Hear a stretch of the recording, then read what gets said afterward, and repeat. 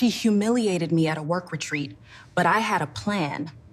One that would bring everything crashing down. It all came crashing down at the company retreat. We drove in separate cars, which wasn't unusual. Lauren had been distant for a while, buried in her work at Kellerman Financial. I thought I was used to her being distracted, but I was about to learn the difference between distance and pure disregard. That night, at the formal dinner, everything seemed normal. Lauren was in her element, mingling with colleagues, the social butterfly she'd always been. She was respected, a real star at the firm, but then I saw him. Blake Montgomery, her so-called work husband, a few tables away. The way he looked at her, the secret smiles they exchanged, it felt wrong. I tried to brush it off. They're just close colleagues, I told myself. Then, during dessert, Blake stood up with his champagne glass. The room quieted, expecting a toast to the company. Instead, he looked straight at Lauren, then at me, and said, "To the loser paying for her future." The silence was deafening, but Lauren, she just smiled. She even put a hand on his arm like they were sharing some private joke. In that moment, my heart didn't just break. It sank. It wasn't the insult that hurt, it was her reaction. The fact she didn't defend me, didn't even flinch. I calmly set my glass down, stood up, and locked eyes with both of them. "Classy," I muttered. Then I walked out, past the shocked faces and the whispers that followed me. Lauren called my name, but I didn't stop.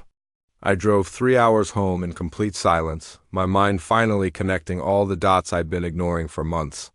When I got home after midnight, I didn't go to bed. I went straight to my study. On my desk was a DNA test I'd ordered 6 months ago. I had a nagging suspicion about our son, Noah, that I just couldn't shake. I tore open the results. 0%. Noah wasn't mine. As I sat there in the dark, my phone buzzed. It was Lauren. "Where did you go? We need to talk." I turned it off. I wasn't interested in talking. I was interested in action. I opened another file, one from a private investigator I'd hired.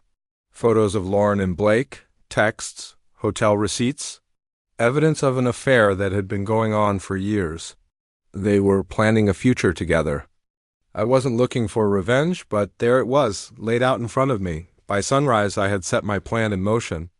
I called my mentor, Charles Donovan, a retired CEO who still sat on Kellerman's board. I forwarded all the evidence to my attorney. The massive Ironwood merger Blake was banking his career on, I made sure it would be put on hold. He wouldn't see it coming. When Lauren finally came home the next afternoon, she was a wreck. She tried to downplay everything, calling Blake's toast a stupid joke. I cut her off. "How long have you been sleeping with him?" She denied it. Then I dropped the folder of photos on the coffee table. Her face went white. "How long?" I asked again. 2 years, she finally admitted, her voice cracking. She tried to blame me, saying I was too busy with my own work. I just stood up. "I'm filing for divorce." She was stunned. But when I told her I knew about Noah's paternity, she completely collapsed. "Blake is Noah's father," I said flatly. "You let me raise another man's child for 9 years. She begged, she pleaded, but it was too late. The fallout was swift. I filed the paperwork and notified the board of a major conflict of interest. By Monday, Blake was fired for ethics violations. Lauren was called into HR right after.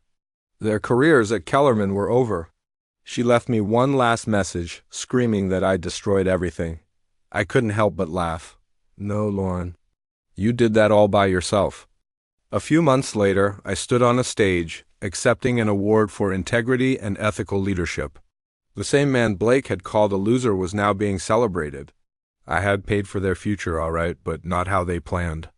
The cost of betrayal is always higher than you think. And I walked away with everything that truly mattered.